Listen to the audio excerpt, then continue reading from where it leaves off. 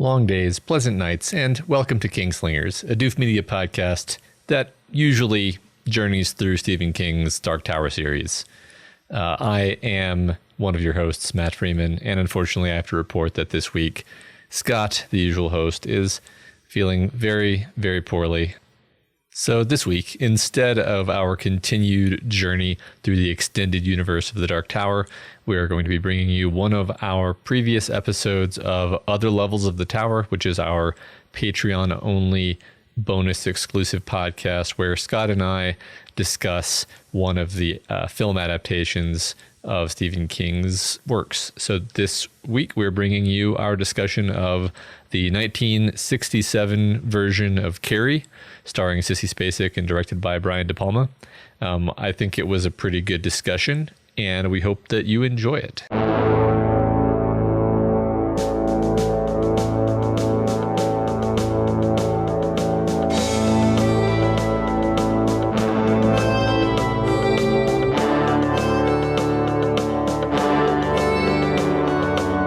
Long days, pleasant nights, and welcome to another episode of Other Levels of the Tower, the Patreon-exclusive bonus Kingslingers podcast, where Matt and I discuss adaptations of Stephen King's work. As always, I am your din, Scott Daly, and recently released from his prayer closet, it's Matt Freeman. Matt, how's it going?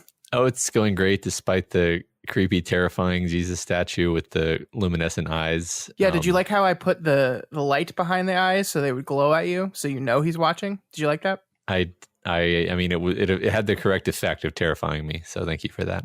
I don't remember the story of the crucifix having Jesus shot with 6 arrows, but in my little crucifix for your room back there, I decided to put some arrows in him just for funsies. Just to make it more violent and horrible. And, yeah. You're welcome. All right, folks, this month on the show, we are going to be taking not another look. I don't know why I said that. Taking a look at the 1976 adaptation of Stephen King's very first novel, CARRIE. So we're talking all about the 1976 version of CARRIE. Matt, let's just jump into it. Talk to me. What is CARRIE about? Carrie White, a shy, friendless teenage girl who is sheltered by her domineering religious mother, unleashes her telekinetic powers after being humiliated by her classmates at her senior prom. Ooh. And you know, it occurs to me, maybe you subconsciously said we're returning to this because we did talk about the novel in our book club on the Doofcast. So, which makes me it actually makes me very happy that we did that. That I have read the novel, because I think that's going to make this conversation a lot more fun. Yeah, CARRIE was one of 2 Stephen King novels that you had read before we started our Dark Tower series. So now you're up to like 8. Look at that. It's true. So many more. Yeah, very Dark Tower heavy, but yes. Yes. This movie was adapted by Lawrence D. Cohen from Stephen King's novel of the same name. CARRIE is directed by Brian De Palma and stars Sissy Spacek, Piper Laurie, a very young Nancy Allen, and John Travolta in his very first feature-length film. Little baby John Travolta. He's adorable. This is a pretty important movie, Matt, to talk about, and that's kind of like we started with Stand By Me, but really this is the one I want to do second, both because, as you said, you had read the book already before, so we don't have to worry about spoilers, but also because like this is the movie that made Stephen King. I think Stephen King's quote is, "The movie made the book, and the book made me." So he credits this movie for making him the person that he is, making him a famous author, like jump-starting his career and really bringing his name to households was because of this incredibly popular movie. So pretty important thing we're talking about here in the life of Stephen King. Yeah, incredibly popular, did very well. And I think, as we're going to discuss, is just objectively excellent. Yeah. So that's a great transition, Matt. You had not seen this film before, right? Correct. This is your first time watching it. So what did you think? What did you think of the 76 version of CARRIE? Well, honestly, I loved it. It really nails the feeling of the book. Mm-hmm. Maybe I can't really think of a better adaptation in terms of just absolutely bullseyeing the tone and feeling and making me feel like this is what the book was going for. You know, sure. You could I feel like the movie could have gotten away with changing even more details than it did, and I would have just completely shrugged it off because it got what I saw as the key core feelings and themes and tone and arc and everything perfectly dialed in. Yeah. I think this has a little bit of an advantage to it as an adaptation because Carrie the novel was originally a short story, and when King decided he was going to make it a novel, he kind of stretched it out. And that's why, I don't know how much you remember about the book, but there are, between the chapters, there are these like news articles and studies and things kind of analyzing Carrie White from the perspective of the future, from before or from after all the events of the main plot line. Yeah. And that was the method in which King used to kind of stretch his short story into a novel. It's even still like Carrie is a pretty short book, especially by Stephen King standards. So I think like they didn't have to cut a lot of stuff for time, but I think you're right that De Palma really captures what this story is about and how it is told. And it is a story about Carrie White, but it's a story about all the people around Carrie White as well in like classic Stephen King fashion. And what I particularly loved about it on this revisit, and this is the first time I'd seen the movie in a long time, I think, I loved the way in which the telekinesis was just not that important. I think I saw the 2013 version, which maybe we'll do a show on one day. It's not good. And I think that like Carrie, like exploring and playing and learning about her telekinesis and like learning about all this stuff was such a more important part of that movie. And I think there's a temptation to do that, but really the telekinesis is just like, it's just a device to get the story moving and to make the events of the story happen. Really what this is about is the people and what these people go through and the choices all these people make and why they make them and what that does to all of them.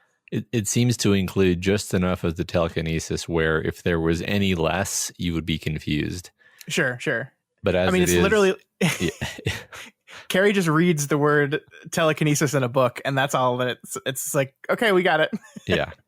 Right. There's like two moments where we establish like she has this power. She knows she has this power. She can control it sort of reasonably well. Mm-hmm. But like that's I think that's perfect because there's so much more going on in Carrie's life than this new telekinesis power thing, right? Right. It's that's just one of the balls she's juggling in her increasingly stressful and intense and chaotic and sad existence. Definitely. And so it's sort of appropriate that it's just one element among many. Yeah. And one of the touches that I really love is that De Palma is clearly in love with Hitchcock's Psycho, and he's channeling Psycho in every single possible way he can. And one of the big ways, the most obvious ways he does it in this movie is the sound effect for Carrie using her telekinesis is literally the music from the shower scene in Psycho. like that's just what it is. And there's other subtle nods here and there to Psycho. I think when they go to the pig farm, it's like called Bates Packing. Like it's like there's all kinds of Psycho references throughout this movie. But I think that's actually a really smart touch. Just give it a very recognizable, a very known sound effect, so it's always clear that Carrie is doing stuff, because this is a movie in the 70s. They're not doing a bunch of fancy CG. Like the most complex, I think, special effect shot was the car flipping, but then also like the water hose floating on its own, and that's it. Like everything else is just like she shut doors and a mirror broke. Yeah, and she threw someone against a bed, which is just the person throwing themselves. So it's not overly challenging itself, and I think keeping it small like that works to its advantage to me, for sure. Yeah, right, sure. And the idea of using music to accentuate the power, I think, is actually really clever in an age where I feel like, and I haven't seen the 2013 version, but I feel like any more modern take on Carrie, they're not going to be able to restrain themselves from going full on special effects. Like they're going to really hit her rampage at the end really hard. We're going to see this, that she destroys the gas station, she destroys the power lines, she goes on a full rampage. That's all in the book. They would do that in a modern version and more probably. Yeah. And this one, it all has to hang on much simpler effects. And so, the idea where the camera does this thing where it's like cut to Carrie's eyes, shift her gaze, cut to the thing she's looking at, show the impact of the thing, and be punctuating all of these moments with the violin shriek sound. Yeah. Which like that's both, making do with constraints, and it's also just a really smart idea objectively anyway. Yeah, no, I totally agree. I like, no shade on the book, which I really do like, but I do think King gets a little too big with it, with her rampaging through the town, just killing everyone. I think this works. Like, this is just kind of, she lost it, went nuts, killed all these people, and then the just casual walk home. Like, she's not even hunting after Chris. It's just that Chris like sees her walking home in the car and then says, "Oh, I'm gonna get her," and she tosses the car. Yeah, well, she basically seems to go. Catatonic is not the word, but like she has a dissociative episode, basically. Yeah, and which I don't even. It was a while ago that we read the book. I don't really remember what. I feel like I feel like in the book the story zooms out of Carrie during that part, and you're sort of describing what she did objectively. Yeah. Because like that's one thing about the book that the movie doesn't have, is because there's these news articles, from fairly early on that something absolutely horrible happened, that most of these characters are dead now, that Carrie is dead, I believe. Like, mm-hmm. That this was a horrible disaster, and you're sort of like, oh my God, like, how do we get from here to there? Whereas in the movie, you don't know that going into it. You don't, but I do. I wanted to talk about that a little bit. Sure. No, you can finish your thought, and then we can circle back to that. Yeah, I was basically just gonna say that the movie has to give you this sustained sense of dread by other means, because it can't just tell you how it's going to end. And that's what's so fascinating to me, because I think it pulls that off. And I mean, I have never watched this movie in a world in which I didn't know how the story of Carrie ends. Like, going Carrie has become so ubiquitous in pop culture that like everyone knows how the story is going to end. But I do think it's interesting the way in which the movie is framed, as if we're moving towards this endpoint and it's going to be bad, even if we don't know specifically how it's going to be bad. It just seems like the structure of the movie, the way things are shot, the way scenes play out, the way the camera like lingers on certain characters longer, it just feels like De Palma is prepping you for an ending, whether you knew it was coming or not. And that's one of the ways that I think is so, because it does capture that framing device of the book, that thing where King basically uses these news articles and excerpts from books to tell us everything that's going to happen before we get there. And De Palma captures that not in the same way, but I think in a tonal way. And that's really hard to do. And I'm impressed. Yeah. I sort of love to talk to anyone who first watched this movie and hadn't read the book and didn't really have any prior knowledge of what was going to happen, because, I can't say for certain, but I really do feel like the movie is pretty clear from the beginning that this is not going to have a happy ending. Yeah. And I mean, I think it's one of the most like unflinchingly sad movies that I've seen. I mean, obviously there's tragic movies out there, but like generally you find that a sad movie will have some kind of humanizing touch or but it's sad that this happened, but it was all for a good reason, sort of moral balancing. And this movie, this story doesn't give you an out.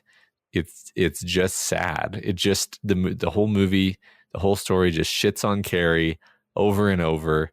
Somebody feels guilty for their role in things. They try to offer Carrie a hand up, but that's, if anything, opens the door to even worse things happening, which like it's just a huge disaster. Everybody dies. Carrie dies. The one person who doesn't die is horribly traumatized. Yeah. The end. And you're just, and it doesn't feel like gratuitous. It's just, you just leave it and you're just like, this is just, you just feel so sad for everyone. You feel so sad for Tommy and for Carrie. And I mean, yeah, for everyone really. Yeah. But, yeah. Yeah, I mean, Tommy is like objectively the greatest human being on the planet. like that's everyone in this movie is kind of a jerk except for Tommy.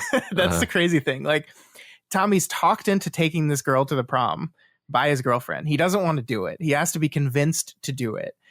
And not only does he do it, but he does it in like the most nice way possible. Like you can imagine a version of this character who's like pissed off that they're not at the prom with their girlfriend and like is just like, yeah, okay, I'll take her. But he's like pouting the whole time. Yeah. And as soon as he gets there, he like ditches her and goes off and hangs out with his friends and she's alone. But no, he doesn't just take her to prom. He gives her a prom. He gives her every experience. Like he kisses her, he dances with her. Like, and the thing is, I think he's kind of like, I don't think he's just acting through it. I think he's at certain points genuinely enjoying her company and genuinely enjoying the fact that this is making her very happy. Like one of the things that the movie does so well early on is set up this link between these two characters, even before Sue has asked Tommy to take her to the prom.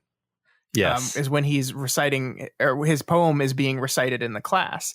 And it's the shot that, like, you can't talk about Carrie without talking about split diopter. So this is the scene where I think the split diopter in this movie, which De Palma uses over and over again, is used so well.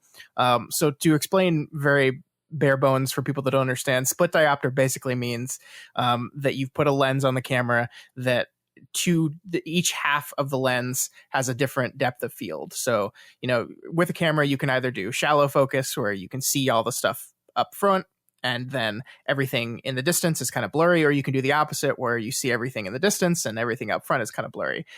Split diopter is basically you just cut those in half. So on the left side of the screen, you have a shallow focus. So you have the thing close to the camera, perfectly in focus. On the right side of the screen, you have the thing way further away from the character or the camera, perfectly in focus. And you have both of these at the same time. You're splitting the difference, split diopter. So Brian De Palma uses that in this scene. So we have this super close up on Tommy sitting in his chair. And then 3 or 4 chairs behind him is Carrie sitting in her chair. And they're both in focus at the same time as the poem is being read and as Carrie White is commenting on the poem. And it's such a powerful scene. It's like one of my favorite scenes in this movie. It's so good. Yeah, and just to recall it, you know, his face is filling up like the entire left side of the frame, right? Yep. Because you could do that. You could basically do that where the camera is kind of at an off angle and you're seeing both of them in the same shot, but there's not this enormous disparity in terms of their size. But you're seeing him, giant, face takes up half the frame, her small, mousy, curled in on herself in the background, tiny. In the background, but yeah, you see both of them at once, of course.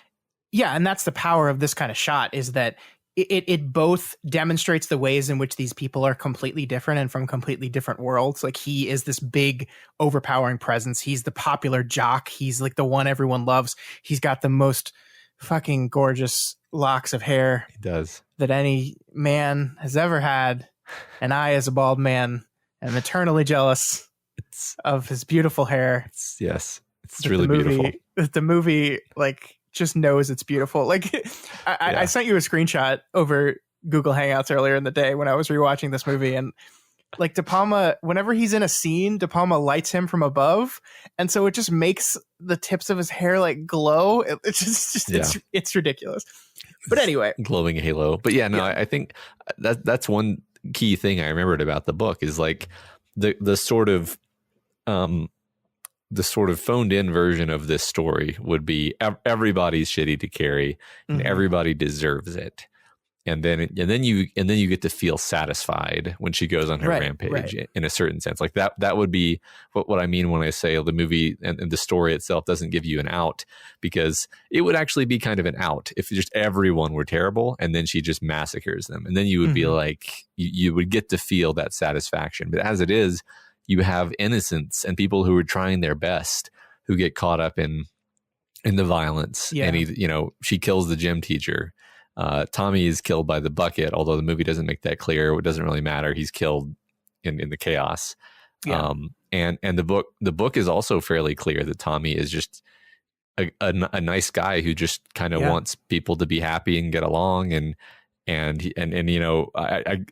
definitely during the movie I had the thought like Tommy is a gunslinger, and it's like obviously at that point in his life I don't think King like had the philosophical grounding of what a gunslinger was, but like Tommy is the sort of king character who like is going to make the best of a situation and is going to do is going to do the right thing. Yeah.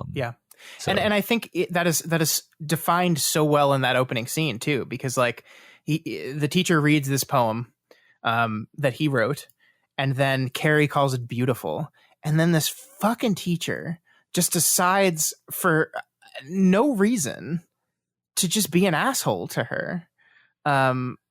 Like he's like beautiful, and like he makes everyone laugh and everyone's laughing at her, and then he's like, that's not a very good criticism, Miss White. And Tommy is annoyed. Like Tommy is mad on her behalf. Like he's upset that this teacher is deciding to do this thing. And that is such a great establishing moment of the character. And again, it's done in this beautiful shot that both shows how they're different and how they are linked because they're in the same frame at the same time, even though they're miles apart. It's just, God, De Palma's good at movies. Who knew?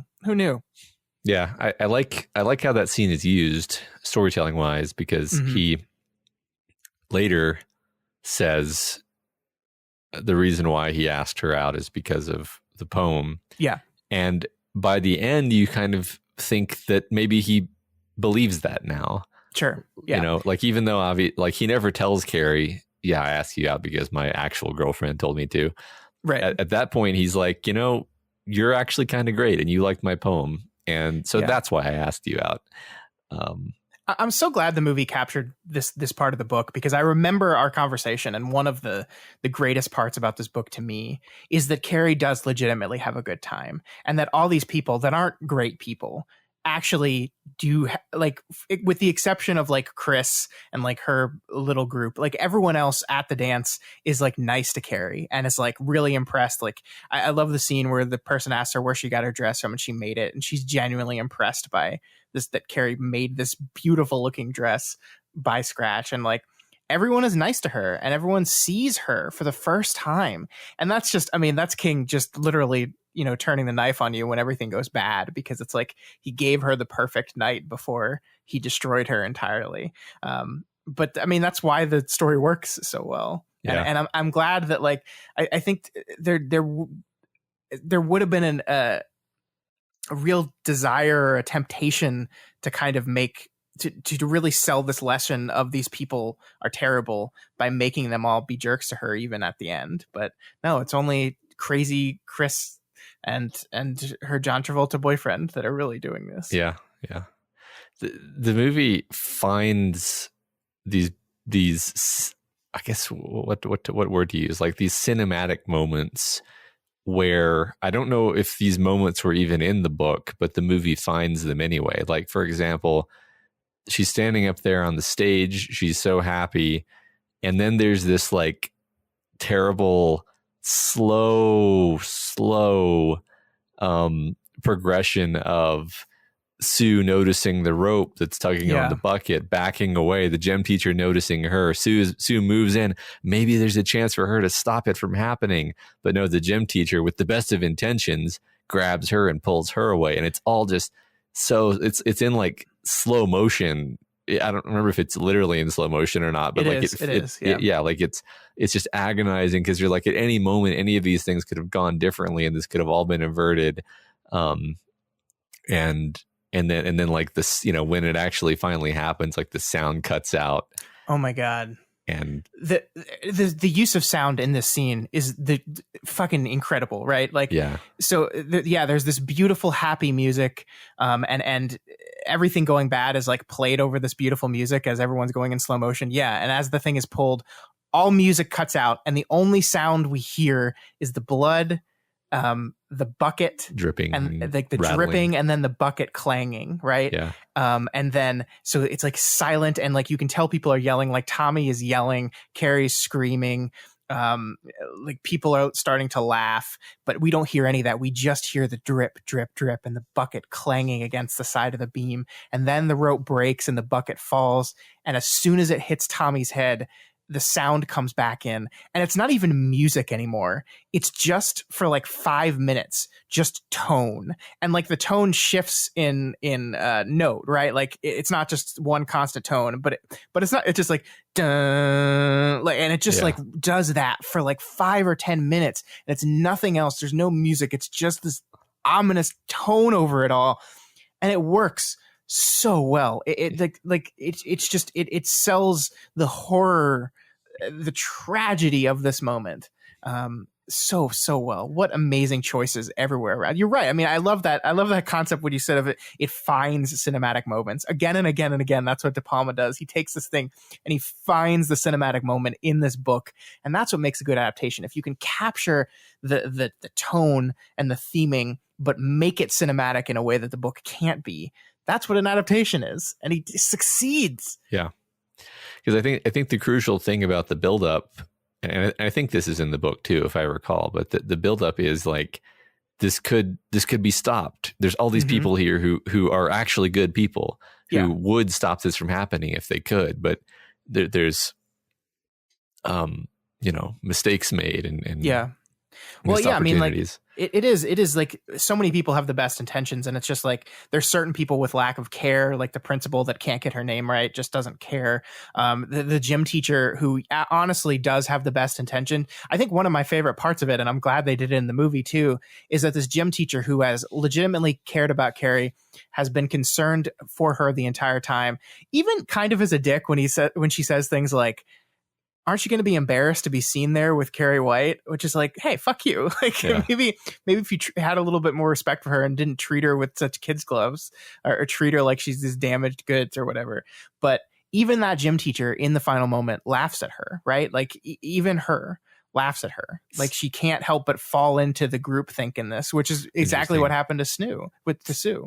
Interesting. See, I saw that as being Carrie's fevered hallucinations. Which is an interesting. In the book, it was definitely not, which is maybe what I'm taking my info. I mean, I agree that like the only people we see laughing at her definitively is fucking Norma, the baseball cap girl. Yeah, who's just. I want to talk about her in a bit, but we see her laugh, and then we go to this kind of like honeycombed shot with only the middle is it. Which I mean, I think you're right.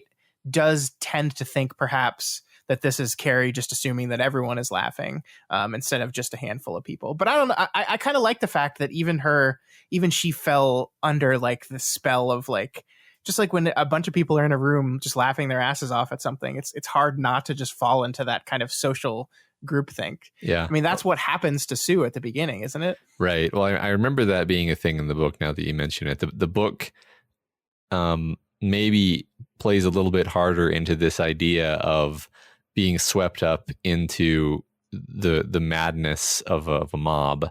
Yeah. And like I think that was a moment that I definitely wanted to touch on toward the very beginning where Sue is participating just as much as anyone in throwing the tampons at her. In fact, she's the one that takes the cover off the pad dispenser.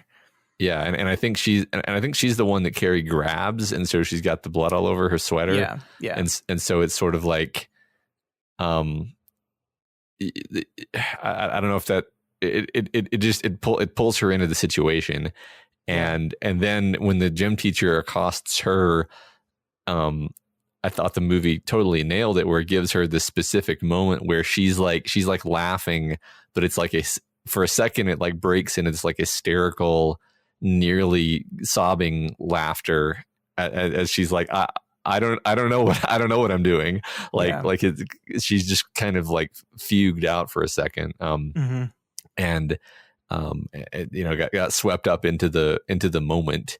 And that's kind of what happens at the end too. So there is that parallel, right? Like I think there's a lot of stuff about that first scene that parallel the scene at the end. Definitely. I mean, just the ways in which this beautiful, serene moment is broken up by horror, and both involving blood, right? Like, I actually love the way De Palma started this movie. Like, it's the first thing we do is we see all the girls playing volleyball, right? And so it's like they're playing a game. They're children playing this game, and Carrie messes up at the end. and they all get mad at her for it, especially Chris. And it's like gym volleyball. Like, it is the least stakes ever of anything. Who cares if you win a game of gym volleyball? But of course, it's just an excuse. As the coach will say later, Carrie's just a scapegoat. She's the thing that they can all laugh at and make fun of. And then we go through the shower scene, this very 1970s shower scene, which just has naked women running around, which, I mean, they're like supposed to be high schoolers, so you just couldn't do this in 2020. No, for all sorts of reasons. Yeah. But there's this beautiful flute music playing, and then we kind of, the camera journeys through and finds Carrie in the back still showering. And there's this like the steam from the shower has created this almost otherworldly thing. And there's all these very like tight zoomed in shots on her, like caressing and cleaning herself, right? Like this very important and beautiful and quiet, happy moment that is punctuated by her finding herself bleeding because she started her period, and immediately switching to horror. And like the entire tone of the scene changes in the way the scene is shot. Like De Palma goes to handheld immediately and like follows Carrie as she runs into the other room with everyone else, and just the way it makes her look crazy and deranged there is so good. The way the camera does that is so good. And yeah, I mean, the same thing happens at the end where it's this beautiful, serene, happy scene that's like sliced by this blood. It's so good. Yeah, it's the way it's shot, it really goes from a sort of dream tone into a nightmare tone. Mm-hmm. Like you said, the switch into handheld, and like everyone is kind of too close to the camera and it's too chaotic, and Carrie's just completely freaking out and screaming, and I think the way the sound is mixed, well, honestly, I don't know if this is just like an objective complaint, but I definitely had a hard time like hearing what people were saying versus the music just being overpowering. And I was like, well, maybe that was to some degree intentional. In some places I'm like, I just can't understand what people are saying. But this is one place where I think it kind of worked, where it doesn't really matter what they're saying. It's just cacophony and music and noise and screaming. And the whole, it just creates a really unsettling effect, which works perfectly. Sure. Yeah. And then the other kind of, symmetry of the movie that I really like is that one of Carrie's final moments in the movie is her washing all the blood off of her, and it's kind of shot in a similar way that her showering at the beginning is shot. We've kind of like, she was showering, she got blood on her, and now at the end of the movie, she's washing that off. And then things get real bad with her mom. Which, let's talk about Margaret White here a little bit. Yeah. This is Piper Laurie. She was nominated for an Academy Award for this performance. And I understand why. She's very, very good. She's very good. And I think there is a temptation to take this character and have her just be a psychopath. And she's not, like, she's awful, right? She's terrible. And what she does to Carrie is unforgivable, but she's not a psychopath here. Like I kind of, the establishing scene with her, it's a really wonderful scene, is where she shows up at Sue's parents' house and is trying to have Sue's mom like buy this book about like how to make children get back on the path of righteousness, to get back on the path of spiritual correctness, of godliness. And it's really fitting because Carrie's mom, or Sue's mom, is so adamant that she says, "My Sue is a good girl," which is filled with irony because this is like right after the moment in which Sue was an absolute monster to Carrie for no reason, And the thing that struck me with this is that, like, Margaret White is kind of right about everything. Like she's right that these kids these days are so bad, and they need someone to be paying more attention to this. Now, her methods of doing that, I don't think, are the correct ones, obviously, but she's right. She has identified the problem. She just has not come with the correct solution. Yeah. She's lost, and I agree. Like, the key with her, and it's one of the many things where this movie doesn't really work without it, is that she's not a caricature.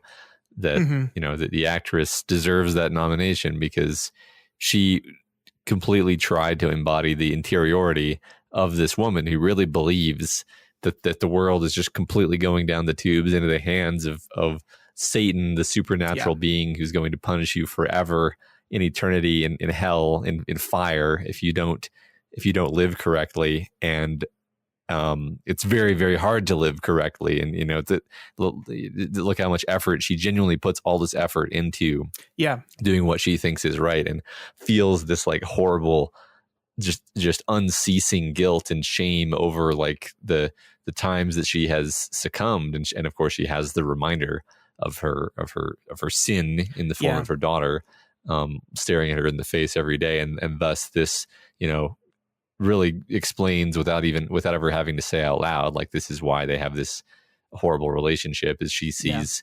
CARRIE as the representation of her bad choices, and like she's genuinely doing what she thinks is best. She's not sadistic. She's not enjoying torturing CARRIE, although I think she might dislike CARRIE and resent CARRIE. Yes. Yeah. But she actually buys into this stuff. Yeah, well, I mean, I genuinely think she believed that CARRIE would not get her period if she was holy enough. Like, I genuinely thought that she was not withholding the information on what menstruation is from CARRIE to be cruel. I think she genuinely believed it wasn't going to happen, because this daughter was born from sin, but I have tried to raise her to the best of my ability to be holy and righteous, and God will not punish her, or the devil will not take her, whatever, blah blah blah. Yeah, right. She's wrong, but yeah, I know. I'm with you on that 100%. Yeah, my recollection from the book is that, and the movie I think does this, but in a more subtle and kind of show don't tell way, is that like the fact that CARRIE has her period is kind of the inciting incident in terms of making things escalate in a very bad direction with her mom, because like it seems like before that happened, they just kind of had a way of living together, where she kind of saw CARRIE as her little girl, and yes, she was abusive and terrible and made her pray too much, and anytime she did something wrong, probably locked her in the closet or whatever. But it wasn't. But like when CARRIE has her period, then it becomes like, oh, you've basically failed, and I've failed as a mother, and you're a failure as a daughter, and then it just like it kind of explodes and leads inexorably to the climax. Yeah. I mean, I love the scene when we see her mom shove her in the closet and leave her in there. And it's the scene that is doing a lot of legwork, because it is basically in the show don't tell kind of way establishing all of that. It is establishing what was the status quo in this family, right? That CARRIE would do something, her mom would blow up at her, her mom would drag her into the closet and lock the door and lock her in there. And CARRIE would scream and throw a temper tantrum, but then would eventually calm down and pray, and legitimately pray, and then would have come out and say, "Thank you, Mama." And probably in the beginning meant it. Thank you for showing me the errors of my ways. Thank you for showing me. And that's how the status quo in this relationship worked. And this has changed things. Like CARRIE getting her period, which coincides with her getting her telekinesis, which is the metaphor of telekinesis towards growing up and growing into womanhood is on full display here. Is what changes the dynamic of the relationship. It is CARRIE moving into adulthood and not being as powerless and at the whim of her mother's desire anymore, and standing up to it and defining who she is as a person, not who her mom wants her to be. Yeah.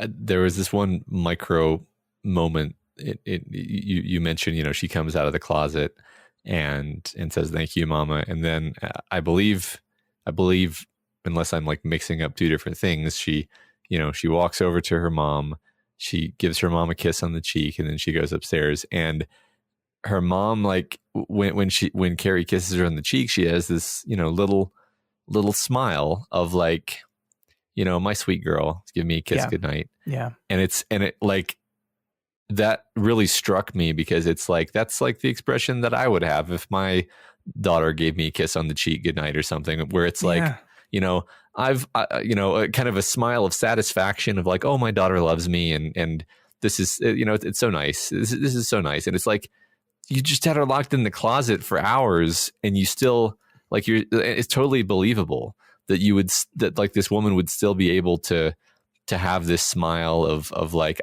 I'm doing everything right. because because of her worldview. Yeah. It's just little choices like that. Because like it could have been like, she continues to look grim and angry as Carrie kisses her goodnight, but no, she's a human. She has the capacity to be charmed when her daughter kisses her on the cheek, because she's a human. She's not a monster, and that's what makes it so much more elevated, I think. Yeah.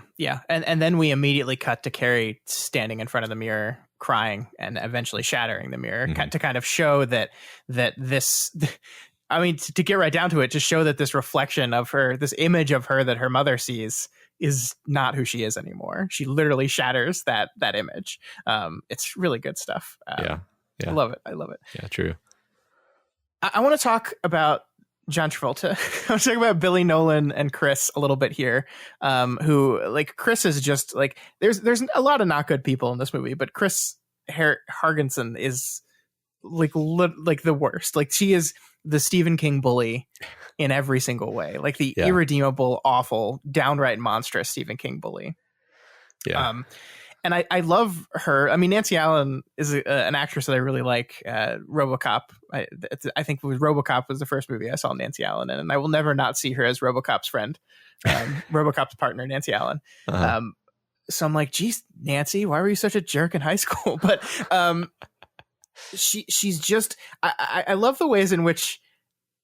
Like, no one ever backs her up on anything, right? Like, she just is off on her own with all this stuff the entire time. I mean, like, it ends up that Norma and Freddie and some of the other people like end up helping her with the ballot fixing, but with like the actual like prank of the blood, it's basically just her driving everything. And that's actually one of the things that I wanted to talk to you about, is that the movie uses juxtaposition really smartly in many ways. Like, we talked about the split diopter, we talked about the beginning and the end, but the scenes in which Sue convinced Tommy to take Carrie to prom, and Chris convinces what's his name? Billy, thank you. John Travolta. His name's John Travolta. Convinces Billy to participate in the prank with her, are back to back. So the movie is inviting us to basically compare and contrast these scenes. And the fascinating thing is, the one with Sue is just Sue sitting there doing her homework and Tommy watching TV, and then he's like, okay, I'll do it. And the one with Chris is Chris like having this big fight with Billy and then giving him head to convince him.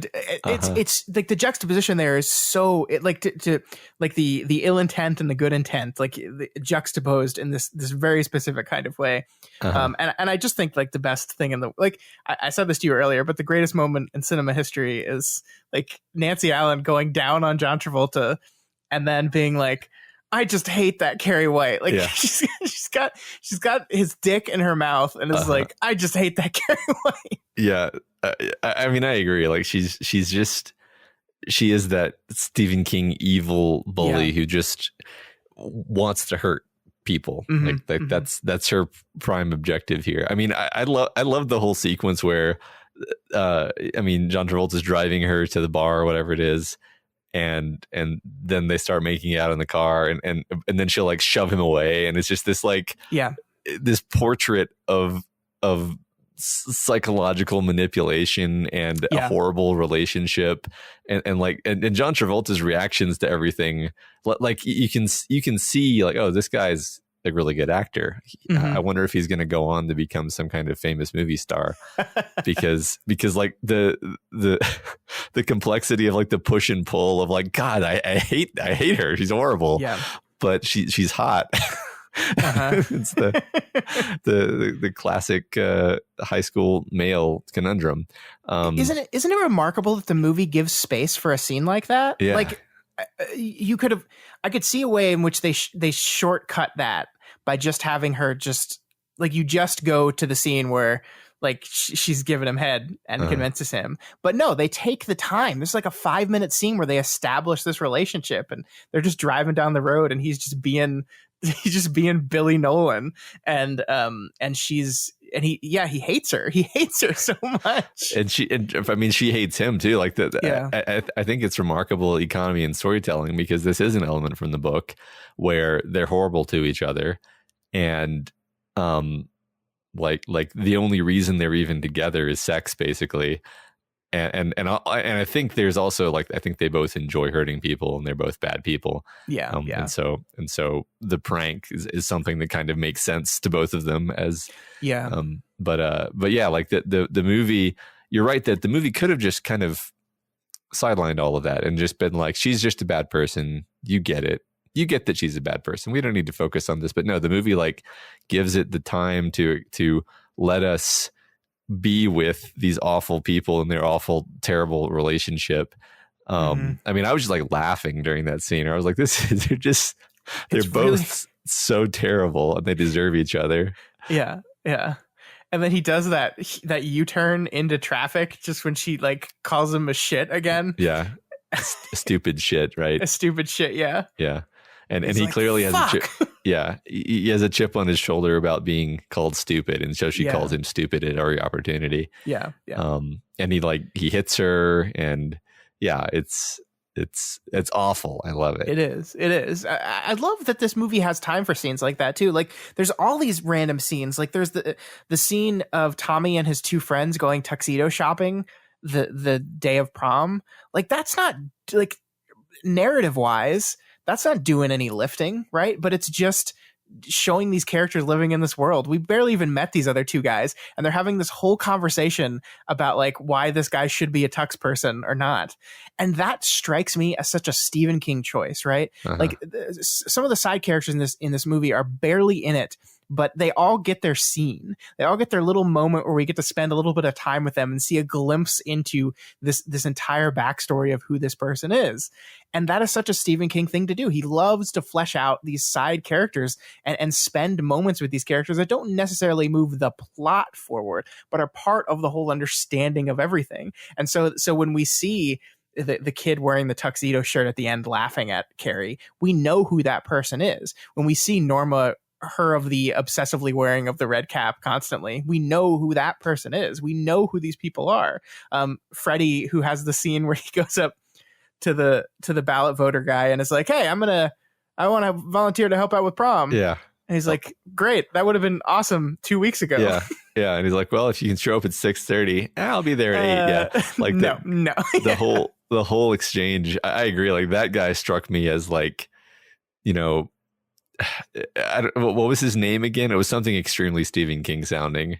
I think it was Freddie. I think was his name. Yeah. It was, Chuck Fubster or something kind of Stephen King name where you're like, oh, I already hate him. Chuck Fubster. I'm running it on Chuck Fubster because we have to use Fubster. that. Yeah. There you go. Chuck Fubster. Okay, perfect. Yeah, no, I mean, I just love that the movie has time for all these people. Like we know who Cindy is. I think she's one of the ones. She's the one with the glasses. Like we see Cindy and Norma like getting their hair done for prom, and Norma's got the red hat on top of the thing that's giving her the perm. It's my God. Like there's the attention to detail in this movie is so good, and I love it. Yeah. I think you wanted to talk about that. You wanted to talk about the set dressing, right? Yeah. And the detail in the set dressing. It's doing a lot of work, right? Because that's so like we basically said, okay, well, it's a movie, so no, right. Yeah. Yes, anyway, it is a movie. Yeah. So whenever a movie adapts a novel, it's always going to leave a lot of the details out, right? It has to. But I love like one way that this movie kind of managed to sneak a lot of these details in the back door is with the set dressing. Like, sure. Instead of having just those few extra moments where we really emphasize how everybody is terrible to Carrie, we just have it be like while the gym teacher is chewing out the girls, there's just a janitor in the back cleaning off this graffiti that I don't remember what it says exactly. It just says something mean about Carrie. Yeah. And it's just like, oh, so just like the whole school is just like covered in Carrie sucks sentiment all the time. Yeah. And this is not a one-off thing. It's just very succinctly establishing and reiterating this is not a one-off thing. It's not just one time the girls decided to be mean to Carrie. Everybody's mean to Carrie all the time, and Carrie is the butt of everybody's abuse. Yeah. And so like that's just an example of that. And then like in the movie doesn't spend as much time sort of filling in all of the blanks of her mother's religious mania and what exactly her beliefs are, and we don't go into, you know, she doesn't get as many of her long monologues where she, you know, gets to show how terrible she is. But we, in their house, we just see their house, and you're like, oh, okay, I know what's going on here. I know what kind of person this is. It's like creepy and oppressive and dark and candles and everything and religious tapestries and crucifixes and everything, but like always in a creepy way. Because and so we joked about the eyes on the crucifix at the beginning that's in the prayer room. Like there's also a giant like table length portrait of the Last Supper behind them when they eat. And like, I love how De Palma does that because it's storming, right? And so like lightning strikes and you see the Last Supper lit up, which is like this incredibly important moment in Christian mythology. And it takes on an ominous turn. It really does. Like they're not just people sitting around to say goodbye to their Lord. It's like these people, like these eyes jump out at you because of the way the lightning, it's so good. Yeah. It's so good. Right. I mean, that's like it's worth pointing out, like you can have a house that's decorated in Christian decor and whatever word, and it can be beautiful. That's not what this movie's doing. no, not at all. So but yeah, like that's just another example of many of how the movie knows that it can't show you all of these little scenes and all these little bits of like snippets of different characters that the movie that the book did, but it shoves as much of that as possible onto the screen in the background, and it works so well. I really felt while watching this, like, okay, this is, if I ever make a movie, if I ever adapt a novel, this is a pretty powerful trick, actually, is if there's a story element that you can possibly turn into a setting element that is just on the screen somewhere, then do that. Yeah. I love the moments when Carrie is sitting in front of the mirror, like brushing her hair or something, and there's that giant ass Jesus face behind her. Like it's like, it's Jesus Christ. Like, and yet the movie makes his like ominous presence. I think when Carrie is in the house, there is always a picture of Jesus somewhere looking at her in like every frame. It's so effective. It really is. And I think you're right that like this is something that movies, I mean, like set dressing and set construction and design and all that stuff is a big important part of movies, and it doesn't get talked about very much because when it's doing its job, it just kind of fades into the background. And this is the kind of stuff that, like, if I hadn't been watching this for the purpose of sitting in front of a microphone and talking about it for an hour, I might not have noticed it. But I do think your brain does. I do think it just adds to the feeling you get when you're in different scenes. Yeah, I think so. I really love it. I also love that Margaret White dies in the exact same pose as the creepy Jesus in the prayer room. Yeah, exactly. Like impaled with multiple projectiles, just like her. Yeah. And with her head laying on the exact shoulder. In fact, when they go to the Jesus image, it just kind of looks like Margaret White. Like the hair, Jesus's hair in that crucifix looks closer to her kind of curly hair than it does like the traditional and not at all accurate, like luscious brown locks that people give Jesus when they make him try to look European. But it looks like Margaret White. It's such a good touch. De Palma, he couldn't help himself. That's such a good look. It's the exact same pose. It's exactly the same. Yeah, that's a great pull there. You know, I think it's funny, I didn't consciously notice it until this very moment as we're talking about that scene, but I think that might be the biggest, both plot-wise and tone-wise, departure from the book, actually. Because in the book, there is a kind of satisfaction when Carrie kills her mother. And because her mother's so bad and deserves it so much, and it's so unambiguous. And then Carrie kills her in a much more like slow and kind of deliberate way, and then leaves the house, and I think dies later on. Did her mom stab her in the book? I don't remember. I don't.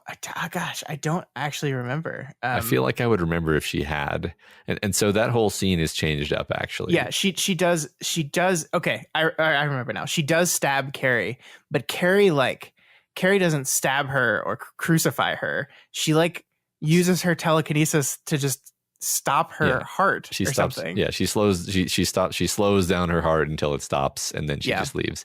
I'm genuinely not sure if Carrie dies of the stab wound or not, but anyway, I think she does. It's just later, but anyway, the point is like it's a much more frantic and sad and tragic scene as she's rolling away pitifully from her mother and crying, and she's so sad because like there was a hope for a second that like at least my mom accepts me as I am, but then her mom stabs her, and she just like piling heartbreak upon heartbreak, and then she knows her mom is gonna just stab her more, and so she kills her mom with the telekinetic knives. But like it's not a satisfying moment, it's not awesome, it's sad, and then she pulls her mother's body off of the wall and then pulls her into the closet. And then tears the house down on top of the two of them. Yeah, exactly. And it's just sad and like that honestly felt more sad than the way the book did it. And I hesitate to say it, but I feel like I feel like I like it this way. Yeah. I think that the thing, and this is maybe a good thing to wrap up our conversation on, is the very ending, the big jump scare fake out that apparently scared Stephen King to death, by the way. He didn't know that was going to happen, and it really scared him. I think that's such an interesting choice because if I'm remembering correctly, in the book, Carrie and Sue actually have a conversation before Carrie dies, and Carrie like learns that Sue had nothing to do with what happened and like forgives her before she passes. And Sue doesn't get that in this, right? She doesn't get the absolution of her responsibility and her role in all this thing. In fact, the ending of this movie makes it very clear that that the guilt that she feels responsible for this. And she thinks Carrie holds her responsible for this as she reaches up from hell and tries to drag her down in her nightmare. Yeah. I think that is, I love that scene. What did you think of the jump scare there? Because it's so different. Did it get you? Because it gets me every time. I know it's coming, and it still gets me. I had no idea it was coming. It totally got me. the shriek of the strings, and then it grabs her, and it gives you just enough time, and then it cuts, and you realize it was a nightmare. But then just her screaming with just like. Oh God, the screaming, the screaming, and the zoom out, the slow zoom out as she's screaming and her mom is holding her. You're just, God, what a perfect ending! What a perfect unsettling thing to leave you with. This is the second Stephen King story we've talked about recently where an adaptation ended on a much more depressing and awful note than the source material, which is weird because the other one I'm talking about is The Mist. Yeah. It's weird because normally, like the stereotype is that when things adapt Stephen King works, they change the ending to make it a little more hopeful. I'm thinking of you, Cujo. And that is not the case with either of these two movies. Not that Carrie, the ending of Carrie was like, yes, like we feel good now because Sue is forgiven by a dying Carrie White. Like it's still a very melancholy ending of the book, but this is like taking that and up to 11. Yeah. Yeah, I think I'm repeating myself for the third time, but there's no out. Yeah. There's no like, but at least it was okay for this character, or at least she learned a valuable lesson. It's just like, nope.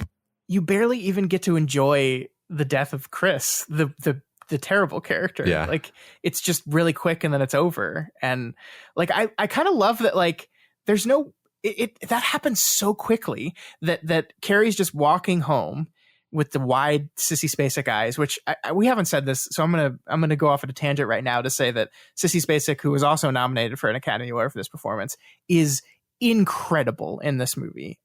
Not just her line reads, but like when she goes Carrie, the way she makes her eyes just enormous, and the way she keeps that like enormous, like glazed over look on her eyes is just incredible. It's just so good. Yeah, right. She becomes inhuman. She becomes a different person, and it's yeah, it's scary, right? Like it's a person who has made themselves scary just by changing the way she's holding, and not just her face. Actually, she does this thing where she's very slightly hunched forward, and she has her hands out to her sides. You know, and I was imagining during parts of the scene, like, wouldn't it be just completely awful if she were like waving her hands around to do the telekinesis? But no, like she's rigid. She's like every muscle in her body is rigid and tense, and she's got her arms out to her sides in this creepy way. Yep. Yeah, it's perfect. Anyway, okay, back to what I was talking about. The moment where Sue comes up and tries to run her down is so quick. It happens so fast. Like it seems like they're just driving away. They happen to see Carrie, and then I said Sue, I meant Chris. Yeah. Chris just sees her and just steps on the gas, and that's all we see. And like Billy like looks over at her and is like, and then right. Yeah, I don't know if I condone this. Yeah. And then like we didn't even talk about it, but the moment where Billy and Chris are under the stage and they're looking, and he says, "Was that Carrie White? She's cute." And he means it. I think he means it. Like, and that's like, all that does is enrage Chris more. Yeah. That's such a perfect moment too, because like people aren't being like surprised by Carrie because like they're trying to be nice or anything. People like legitimately think she looks good and are like happy for her and all this stuff. And you have Billy Nolan say that too. I thought that was a great touch. Yeah. But yeah, anyway, the Chris's death is just over. And so like there's no enjoyment there. There's no like, yes, sweet revenge. That's karma for you, Chris. No, it's just like, oh, bummer. Yeah. Right. It's vicious and quick and but then it's over, right? There's no dwelling in the moment of watching her die or whatever. It's just she almost like slaps the car aside, and then you don't even see Chris again. It just rolls and rolls and then explodes. Yep. And it's almost to say, like, I don't know how far I want to go with this, but like all Carrie did was move the car away.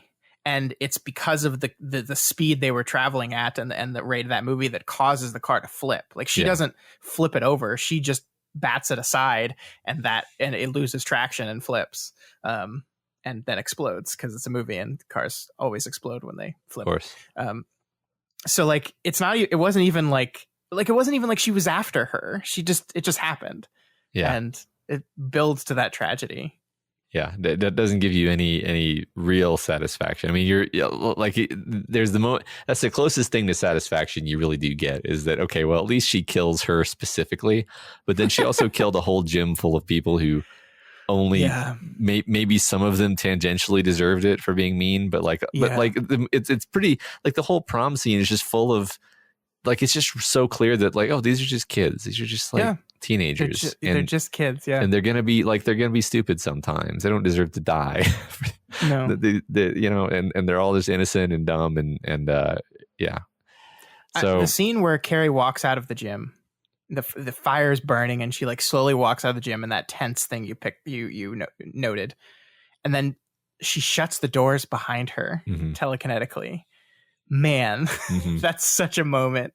Like, it's not even like she's just wandering away. She's just like, nope, they're all gonna burn, and she shuts the doors behind her. Fuck. Yeah, right. It's like you almost wonder, like I don't think she would have made that choice if she were like in her right mind, but it shows you how she's broken in that moment, right? Yeah. It's God. I love that to conclude on my stuff. I just love that like the impetus for the story was people told Stephen King, his friends told Stephen King he couldn't write women very well. And so he wrote the story to attempt to write women, and he hated it and he threw it in the trash can, and his wife fished it out of the trash can and said, "No, like, this is good. Fix it." So thanks, Tabitha. Thanks, Tabitha King. You're awesome. But I mean, when you look at the story, you can see, even in this movie, like the one thing I really noticed was that like none of the men in this story do anything. Like they're just like Tommy is just subservient to Sue. Billy is just subservient to Chris. The principal is basically like incompetent, and it's the gym teacher that's doing stuff. Like it's all, this whole movie is women driven. Like it's the women making decisions, it's the women making the choices.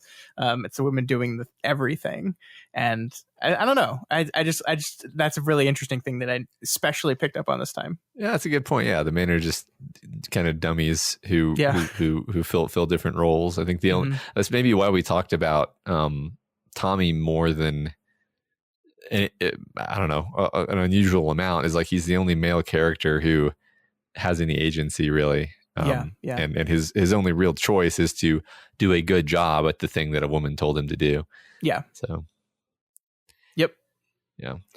Well, that's all I had to say about Carrie. What a great. Do we want to attempt to make any Dark Tower connections here at the end? I don't know if that's possible with this one, but. Yeah, I mean, I don't know, like. The only thing I could think of, and again, I'm not so well versed in King mythology outside of the Dark Tower, is just like he does seem to like kind of psychic powers, and the idea of maybe even specifically the idea of psychic powers as metaphors for things. Sure. And you know, I don't know if you can call that a Dark Tower connection though. But I mean, did you have anything in mind? It's a Stephen King connection. It's not really a Dark Tower connection. I mean, the concept of good and evil and the concept of religion is something that I know in this week's episode of Kingslingers we're going to be talking a lot about. Are really present in this movie and this story as well. So that's something I think probably just because it was on my mind as I was watching it, I really pulled out. But I mean, that's just like Stephen King. That's just Stephen King philosophy, right? Like at some point, Dark Tower connections just become what Stephen King believes as a human being. And that's how it's reflected in the stories he writes. Well, it is interesting that we have the sort of two distinct kinds of Stephen King evil.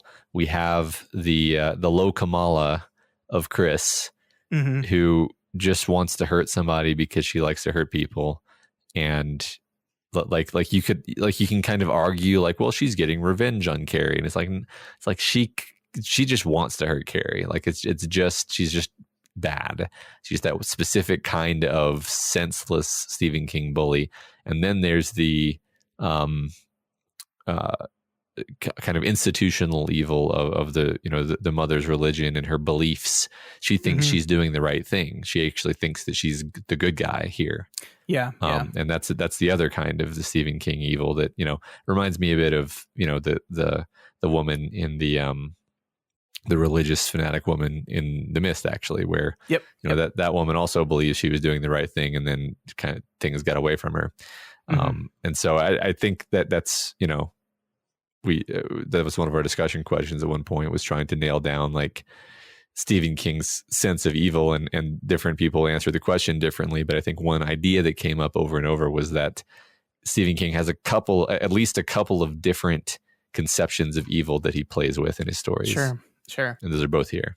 I mean, like Carrie White is not an evil character. She certainly does evil acts by the end of this story, right? And story definitely punishes her for them. She loses her life, but yeah, I mean, she does not fall into this cookie cutter understanding of good and evil that a lot of people want to place on things. Yeah, I mean, I think she's, if we're going to label her as such, it's like she's the kind of person who is an innocent who the world heaps misery on until they snap and they do evil things, and that's tragic. But it also doesn't absolve her. She's saying she's Mia. Is that what you're saying? Sure. I'm trying. I can't think of a direct Dark Tower analog, but yeah, let's go with Mia. I think what you just described works pretty well for Mia. She does terrible, awful things, but they've kind of been foisted upon her. That's a big part of, again, getting ahead of ourselves, what we're going to be talking about in this week's Kingslingers episode. So would you say that Carrie is the ultimate Kamai, because she's offered hope but no choices? Yes, absolutely. That's great. Like it's like I think one of the big lessons of this thing is that it is impossible to rise above your station in high school, right? That like even Carrie who is gifted with this brief moment where she's elevated above where she belongs and is immediately smacked down for it by these institutional systems that you're talking about. And so, yeah, what choices did she have in that? Right. She didn't. She could be taken by the most popular boy in school. She could spend time to do her hair and makeup, these things that her mother is never allowed to do, like get a pretty dress. People have always teased her about her makeup. They've always teased her about her funny clothes. They've probably always teased her about her funny smells. I think that was in the book.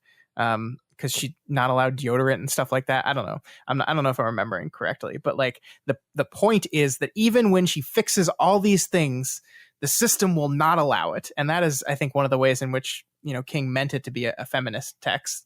And I think it works in that regard, but it also, I like it. Yeah. And I guess that just reminds me, like, it's easy to think like what Sue did was so nice, but like the gym teacher's right. That was a harebrained idea. It wasn't nice. Like it was, I mean, like it's nice in that it has a good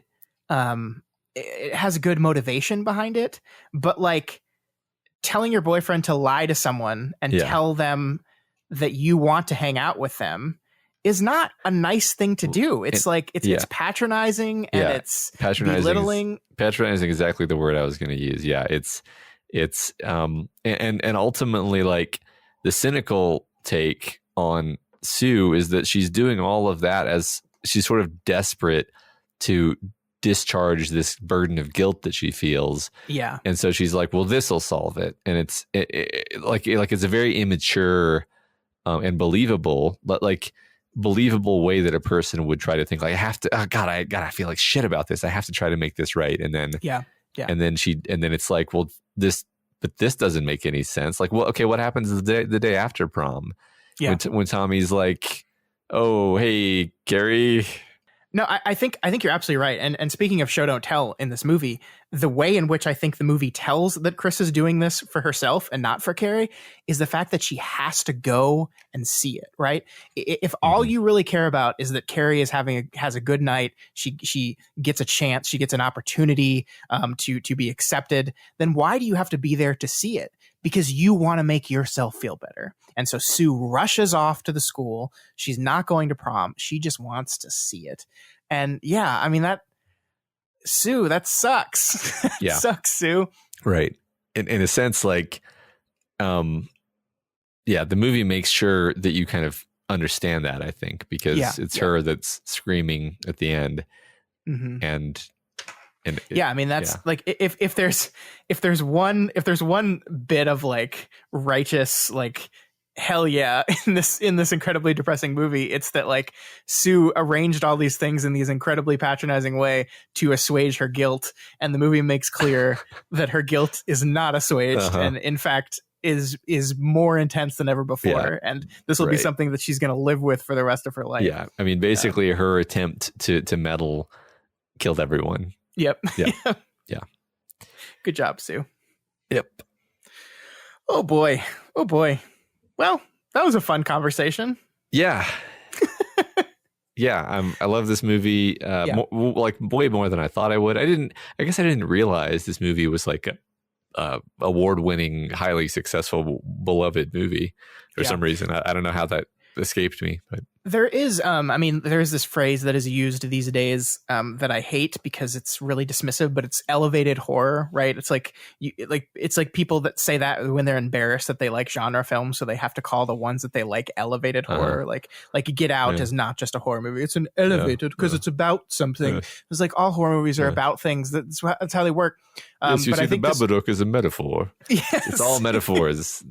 Yes, but I think this would fall under that elevate. I mean, and Brian De Palma is like a really fucking good director, right? So like this is he put this movie on his back in a big way, and I think it really shows. Not to take anything away from any of the other work anyone did. The cinematography in this movie is great. You talked about the editing. I don't know who edited this. Let me look this up while I'm talking, but it's remarkably good editing. Like everything's working really well here. All the performances, edited by a guy named Paul Hirsch, who edited Star Wars. So Star Wars. There we go. That little film. All right. Yep. That little film that was, as they say, saved in the edit. So yeah. Cool. So yeah, that's Carrie. Really, really enjoyed it. I did like, again, it's been forever since I've watched this movie all the way through. And I think like, recency bias where I had the 2013 one on my brain and not this one. And so it was really fun revisiting this. So glad you liked it. Yeah, I'm glad I got a chance to watch it. I don't know when or if I ever would have watched this movie if we hadn't done it for this. So there we go. Thanks everyone for making us do this podcast. Yeah, if you folks are listening to this right now, it means you are our patrons at the $10 level or above on Patreon. And that means that we love you because our love is bought. Yeah. No, we really do appreciate each and every one of you patrons that are paying to help support this. We hope you enjoy this bonus stuff. This is only our second month of doing this show, but I'm really enjoying it. Both of these conversations have been highlights of their respective months, Matt. So I hope to keep this up. Yeah, me too. Hopefully we won't run out of King adaptations. Speaking of which, next month, let's talk about what we're doing next month. So on next month's episode, we are going to be taking a look at the adaptation of Stephen King's Needful Things. We are doing this because this is the only other Stephen King novel that Matt has read. So we thought we'd just get these two out early here at the beginning. So 1993's Needful Things, a movie I actually have never seen. I've read that book a couple times, but I've never seen that movie. So it'll be a new experience for both of us. So we'll be back here next month. I think it is the second Wednesday of the month that we're going to be releasing these other Levels of the Tower episodes. So look back the second Wednesday of December for our conversation on Needful Things. All right. Thanks, folks. Don't forget to do the Kingslingers and all of our other things. Yay! I didn't put an outro on our script. This is what happens when I don't script out an outro for us. This is like the Freeman Bros outros, and we'll see y'all later. Don't pour pig blood on people. Yeah.